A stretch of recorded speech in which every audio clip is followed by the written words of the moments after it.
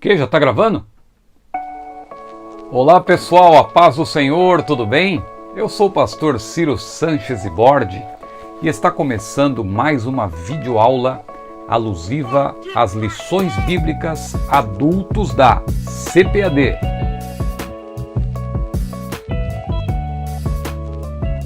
Seja bem-vindo ao meu canal, curta este vídeo, compartilhe. Se você desejar, claro, inscreva-se neste canal para fortalecer ainda mais o nosso trabalho. E hoje, indo direto ao assunto, chegamos já à lição de número 7. Não retribua pelos padrões humanos. Nós estamos estudando sobre os valores do reino de Deus, uma abordagem sobre a relevância do Sermão do Monte para a igreja, não é? Como nós falamos desde a primeira aula, o Sermão do Monte aplica-se à igreja, ainda que nós não sejamos os destinatários originais daquele sermão. Jesus falava ali para a igreja nascente, não é? Formada inicialmente pelos discípulos que eram israelitas e os mesmos que seriam também os iniciadores desta obra maravilhosa que é o cristianismo, não é? De maneira que, claro, embora eles tenham sido, os primeiros discípulos tenham sido os destinatários originais, por extensão, tudo aquilo se aplica a nós, mas claro, dentro de um outro contexto histórico, e nós temos que saber como interpretar a palavra de Deus. Muito bem, nós vamos então dar sequência à lição de hoje, é a lição de número 7, que será estudada presencialmente no dia 15 de maio de 2022 e tem como texto áureo Levítico, capítulo 19, versículo 18. Não te vingarás. Veja que na lei já estava previsto, né, que não competia ao servo de Deus vingar-se. Então veja, não te vingarás, nem guardarás ira contra os filhos do teu povo, mas amarás o teu próximo como a ti mesmo. Eu sou o Senhor. Veja então que Jesus não trouxe nada novo. Jesus, nesse sentido da lei, claro, ele não acrescentou nada à lei mosaica. Ele trouxe o seu novo mandamento, que na verdade se baseia na lei, mas fazendo uma aplicação para nós. Claro que ele, como Deus homem, ele tem autoridade para reinterpretar a lei e fazer uma aplicação dentro do contexto do reino, porque nós não somos os destinatários originais, né, da lei, como já explicamos. A verdade prática diz o seguinte: o cristão não deve guardar rancor e nem buscar a vingança. Antes, deve vencer o mal com o bem. Como isso é difícil, é praticamente impossível, humanamente falando. Dessa forma, ele demonstra que verdadeiramente teve o seu caráter transformado por Cristo. Então, esta lição vai girar em torno daquele bloco de versículos que está em Mateus capítulo 5, versículos 38 a 48, que abrange as últimas duas antíteses dentro da abordagem antitética que o Senhor Jesus apresenta no Sermão do Monte. Como nós temos falado aqui nessas lições, nessas videoaulas, no Sermão do Monte nós encontramos 6 antíteses. O que são antíteses? Antíteses ocorria, uma antítese, né, nesse caso ocorria quando Jesus citava a lei, ou fazia menção à lei, ou ainda como as pessoas citavam a lei, porque às vezes ocorria também que os fariseus interpretavam e às vezes acrescentavam alguma coisa além do que estava escrito na lei. Jesus então dizia: eu porém vos digo. Esse eu porém vos digo não é necessariamente uma contraposição no sentido de dizer que aquilo estava errado, não. Era uma reinterpretação, com uma aplicação, uma abordagem para nós. inicialmente para a igreja nascente, os primeiros destinatários ali dos evangelhos, né? Ou das palavras de Jesus, mais precisamente, e também uma aplicação para nós, para a igreja, para a cristandade de maneira geral. Vamos lá então, começando aqui pela introdução. Porque é na introdução, muitas vezes, que eu me valho de pontos da própria lição para fazer uma abordagem geral, para que possamos assim passar do fácil para o difícil, ou do geral para o específico. Quem não está acostumado com a minha maneira de abordar o assunto pode pensar que eu só vou entrar no assunto da lição lá para o minuto 10, minuto 15, minuto 20, não. Isso é quando eu vou começar a citar os tópicos da lição, mas não quer dizer que eu já não entrei neles. Eu entro, mas não de uma maneira assim, citando-os, mas não significa que eu ainda não abordei, né? Então é preciso que se tome atenção, é preciso que vocês que estão acompanhando tenham bastante atenção ao que eu estou aqui a abordar. Mas vamos lá. Introduzindo o assunto, veja, eu dizia então que é uma conclusão da abordagem antitética do Senhor Jesus. Ele não anulou a lei, mas a reinterpretou, aplicando-a no contexto do reino de Deus. Quando ele dizia, eu porém vos digo, e ele fez isso por 6 vezes no Sermão do Monte, só para relembrar os irmãos, ele, por exemplo, lá em Mateus 5, 21 e 22, ele disse, viste que foi dito, não matarás? Ele citou a lei. E aí então ele disse, eu porém vos digo, e nós já estudamos aqui, ele faz uma explicação, uma abordagem para nós, mostrando que o princípio está de pé. Jesus não anulou a lei, ele a reinterpretou. Continua valendo esse mesmo mandamento, não matarás.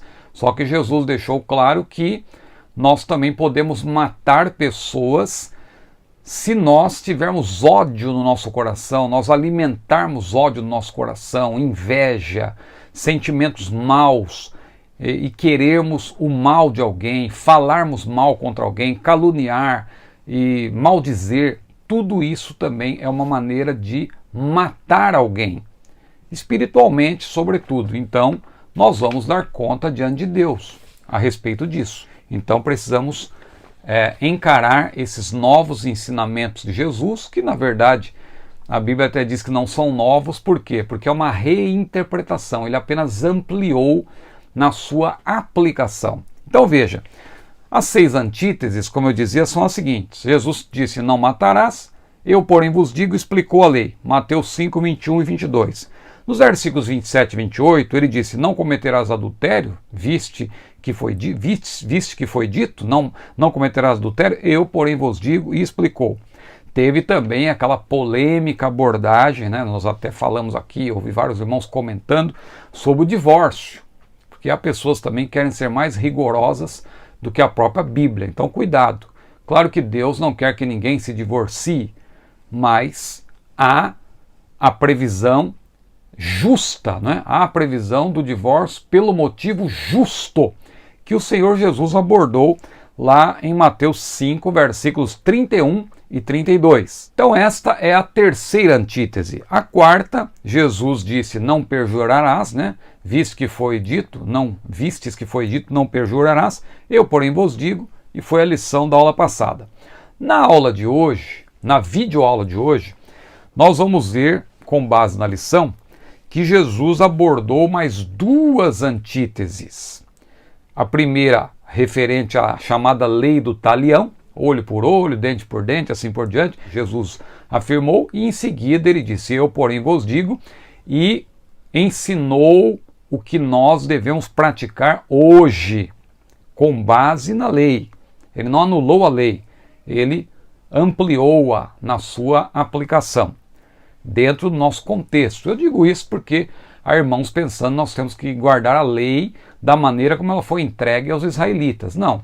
Os israelitas, como destinatários originais, eles tinham que guardar também a questão da parte cerimonial e a parte judicial, todas aquelas penas, da maneira como elas foram apresentadas dentro daquele contexto. Alguém até que está fora daquele contexto hoje diz, é fácil dizer, é machismo e tal. Não, não tem nada a ver com machismo. As leis visavam a proteger a mulher, porque sem aquelas leis a situação das mulheres seria muito pior, né? Devido ao que as civilizações da época praticavam. Então Deus protegeu a mulher Através de quem? Através do homem, né? Porque a mulher é o vaso mais fraco, não no sentido de que ela é inferior, mas no sentido da sua singeleza, da sua até da força física. Há exceções hoje em dia, né?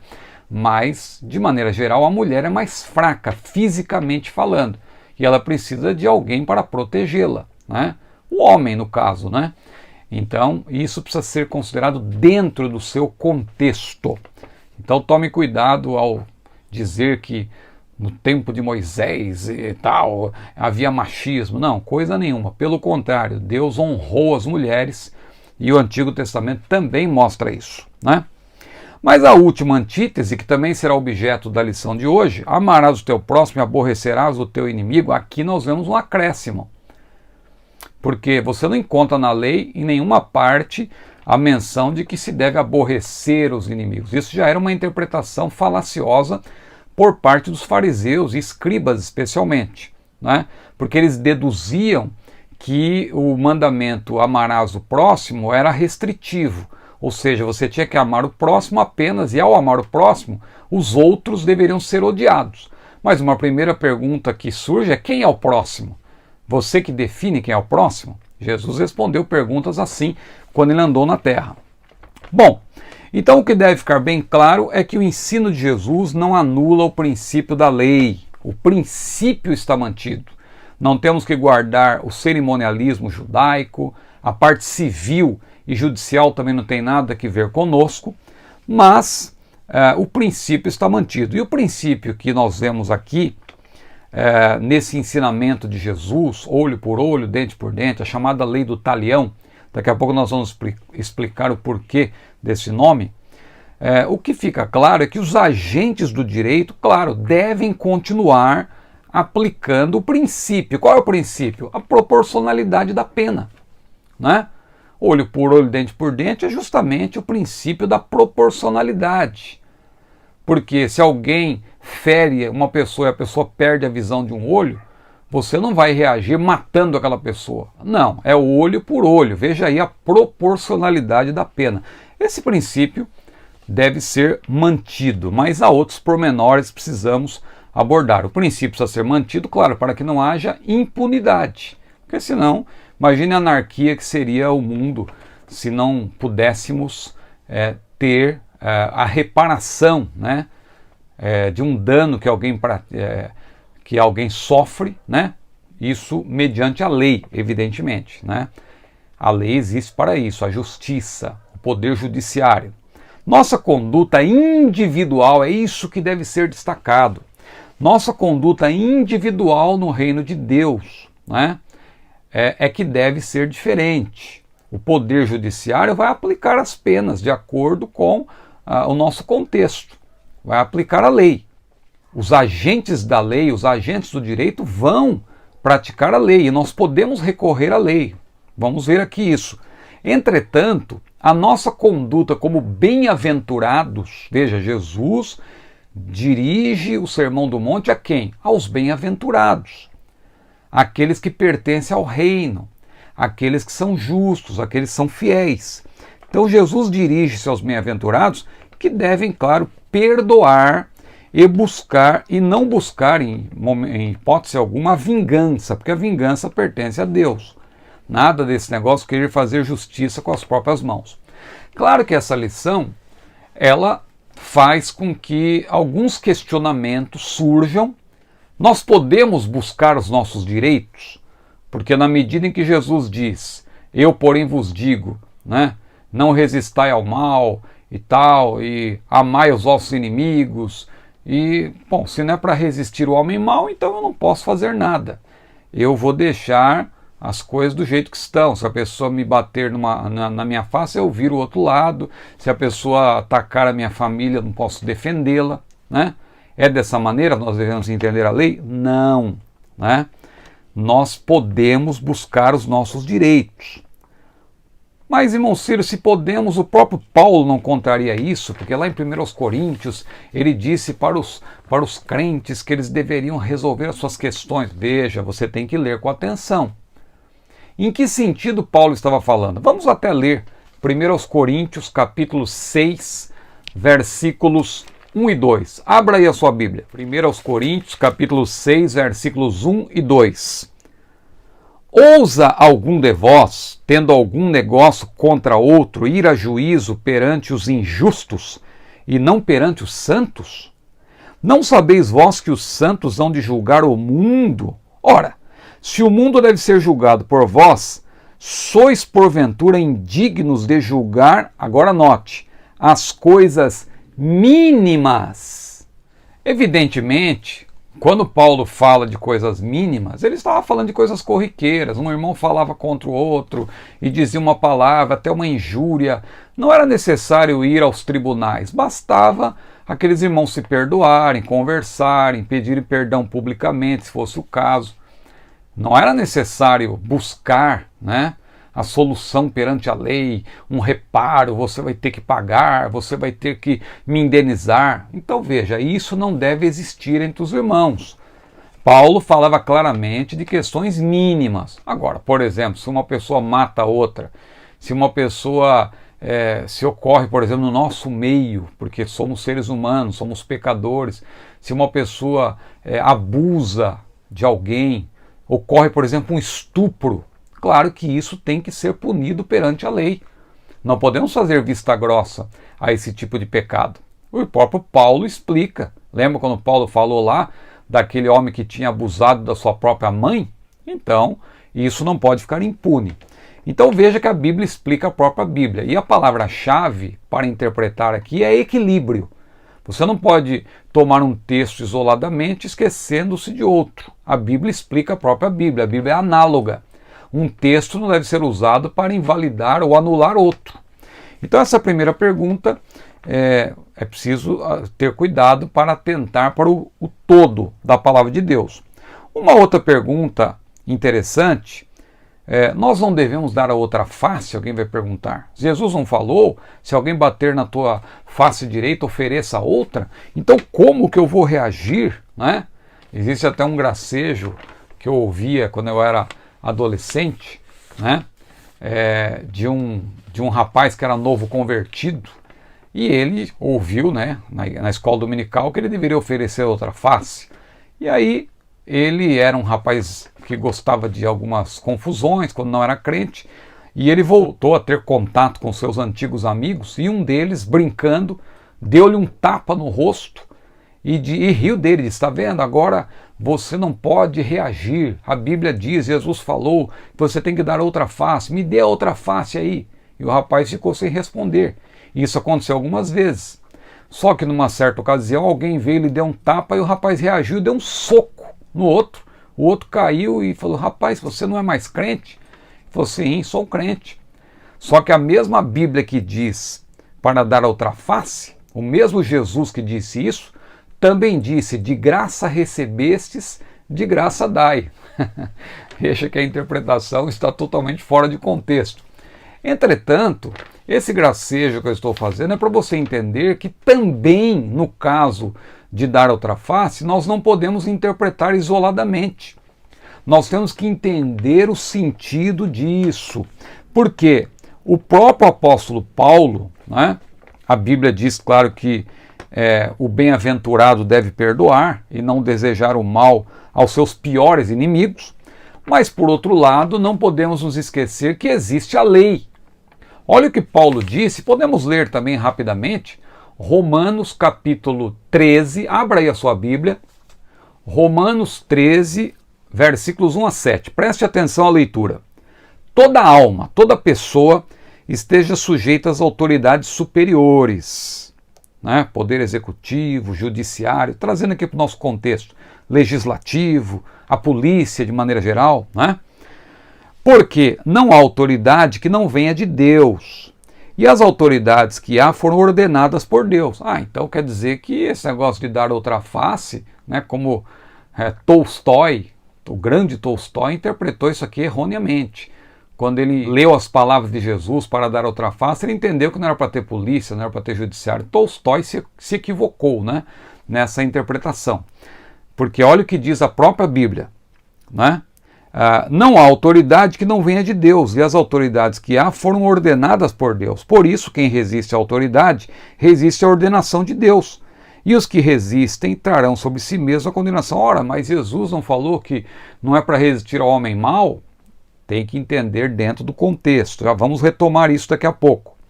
Porque os magistrados, versículo 3, não são terror para as boas obras, mas para as más.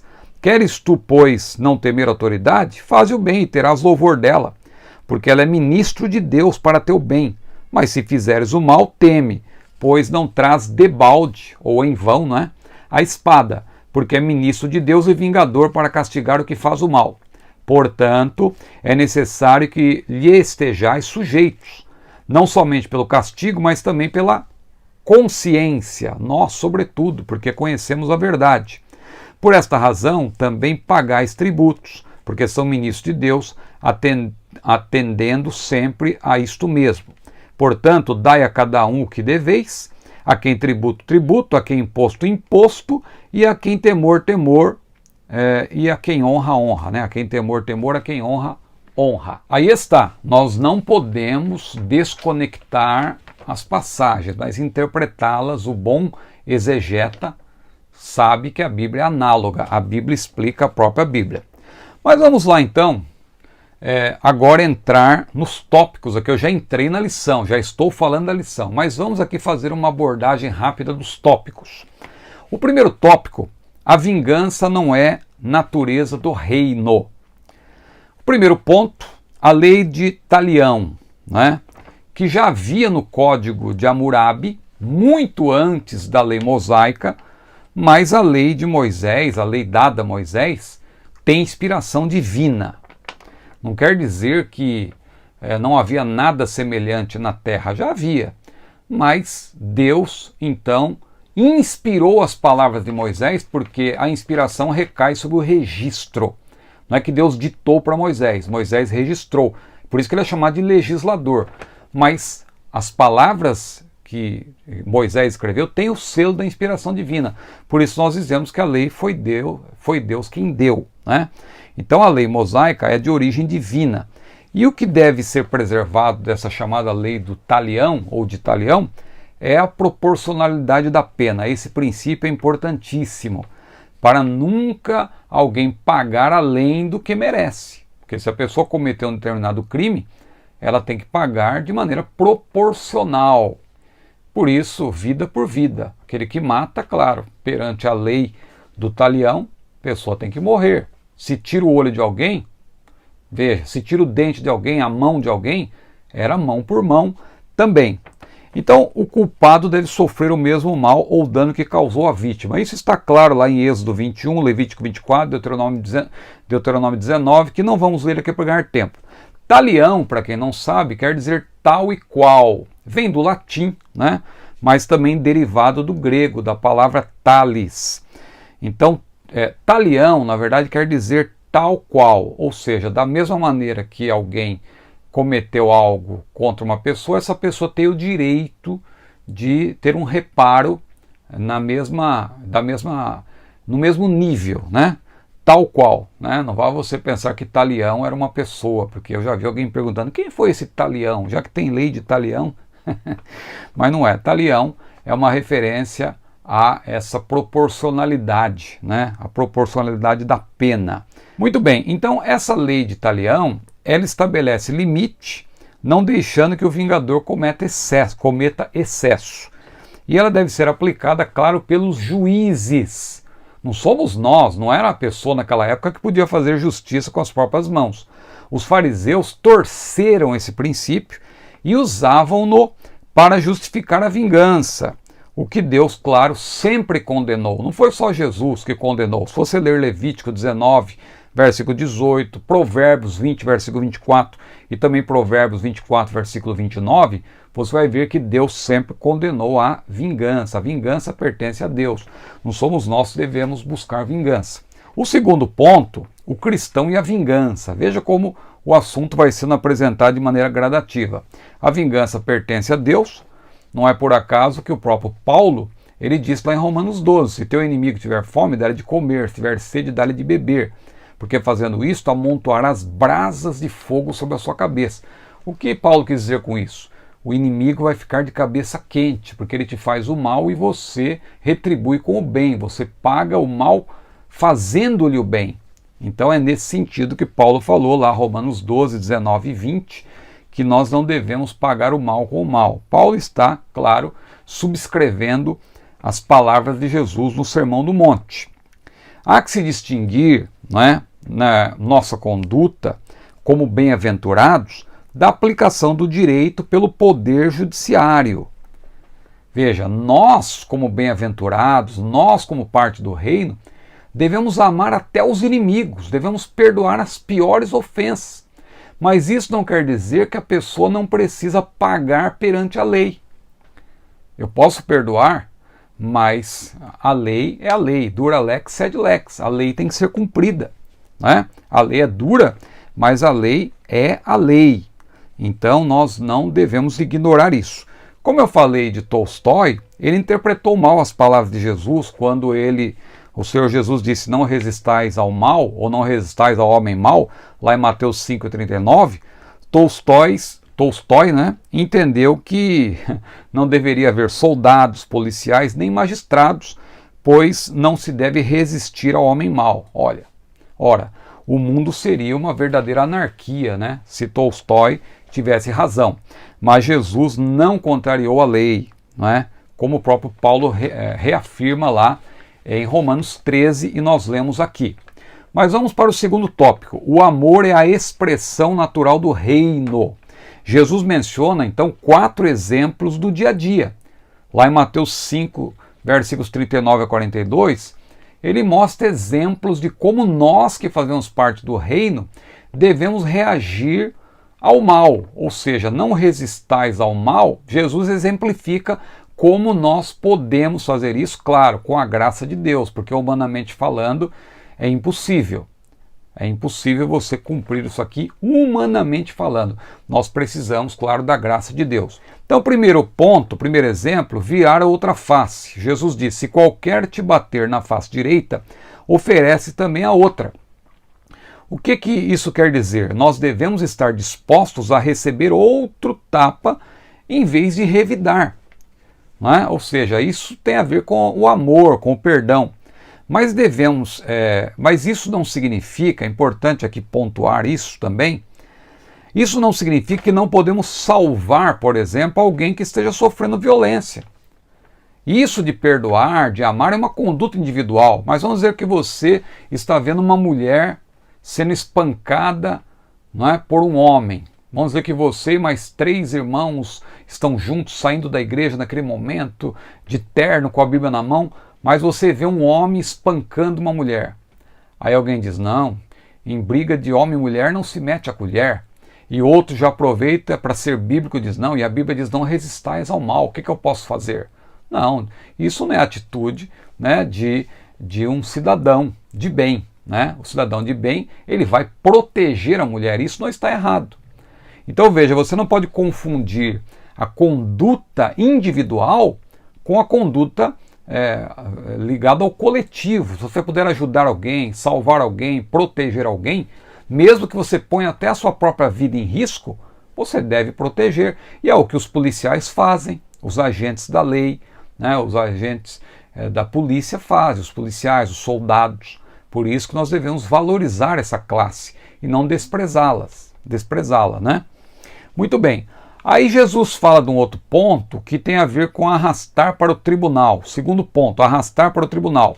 Ao que quiser pleitear contigo e tirar-te a vestimenta, larga-lhe também a capa, né? A túnica, aliás, é interessante isso aqui que Jesus falou, porque a túnica, de acordo com Êxodo 22, 26 e 27, era um bem inalienável perante a lei mosaica, segundo a lei mosaica. Então, como assim a pessoa vai dispor da túnica? Mas Jesus foi mais além. Jesus falou: olha, se for preciso, você oferece a sua capa, a sua túnica, né? Ou seja, é uma conduta individual, é uma conduta altruísta, é uma conduta de fazer o bem àqueles que nos fazem mal, mas não quer dizer que você está apoiando aí o roubo ou o furto. Não. Por amor, podemos estar prontos a abrir mão daquilo que consideramos nossos direitos garantidos por lei, por amor, né? E Paulo fala disso também, já que eu citei 1 Coríntios 6, olha que interessante o que Paulo fala em 1 Coríntios 6, 7 e 8.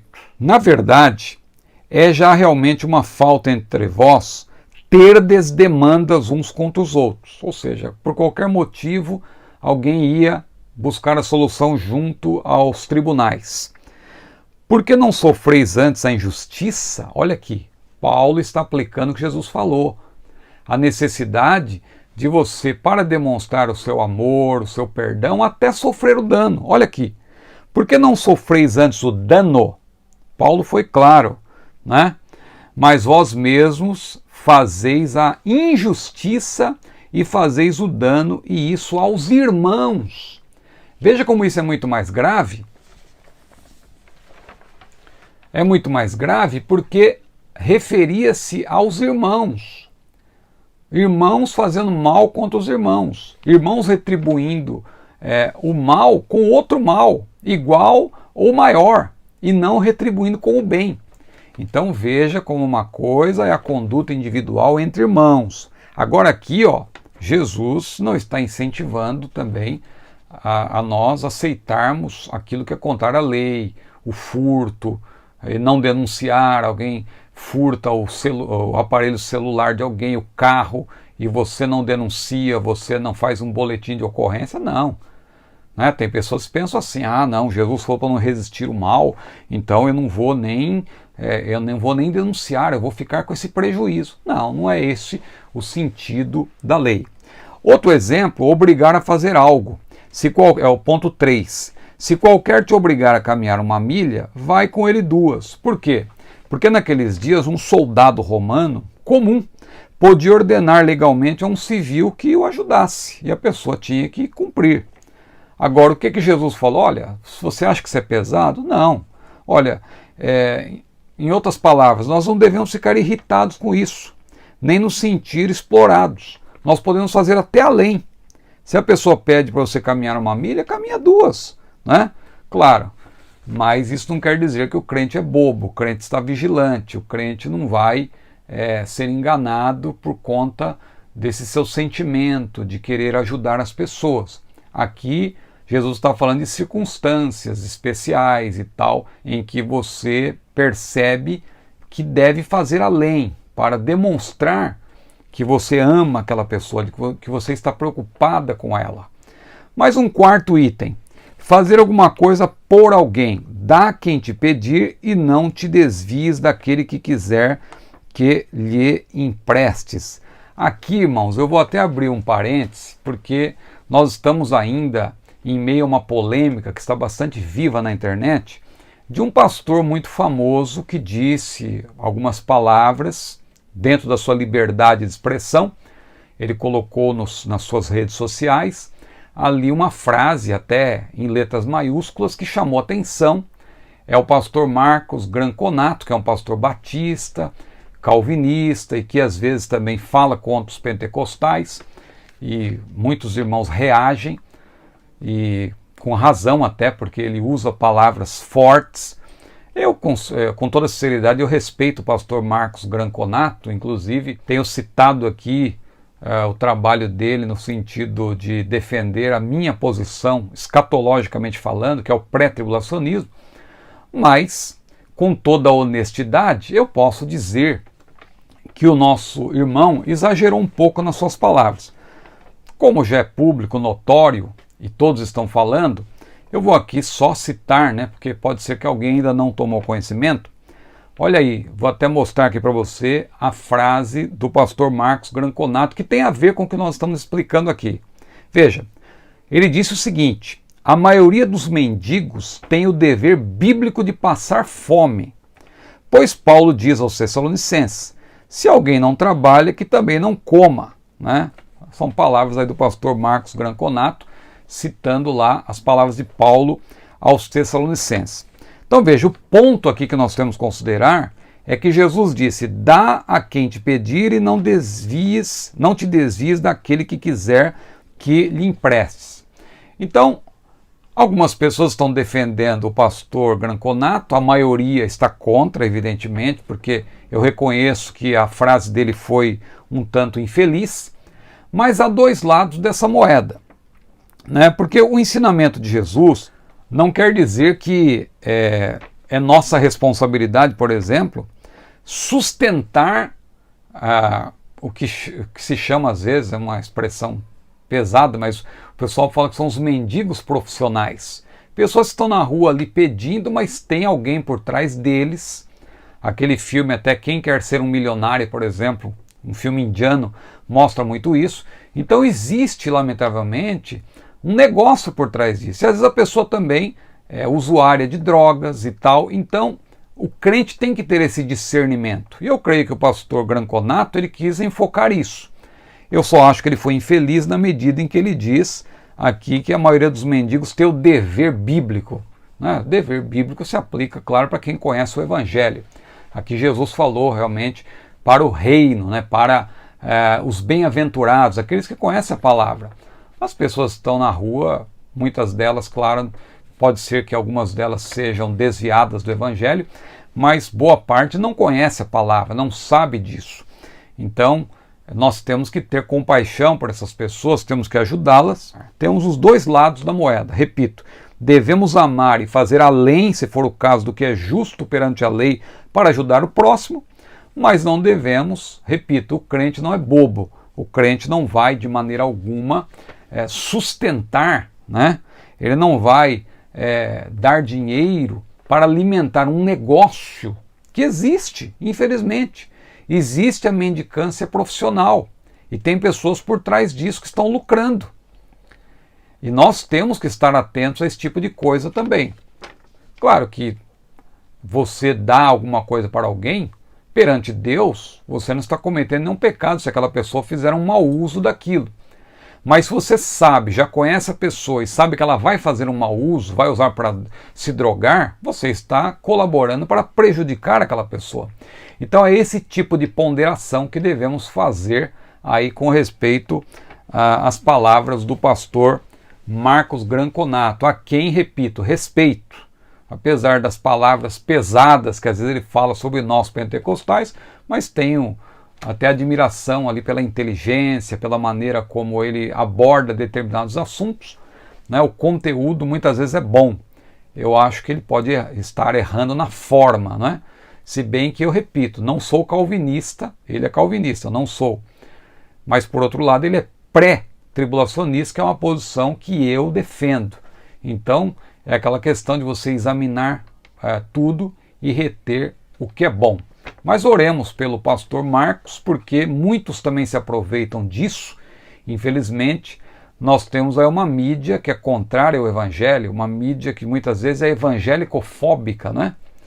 E ela se aproveita de qualquer exemplo isolado para atacar todos os evangélicos, os pastores de maneira geral, e nós também não devemos embarcar nessa canoa furada.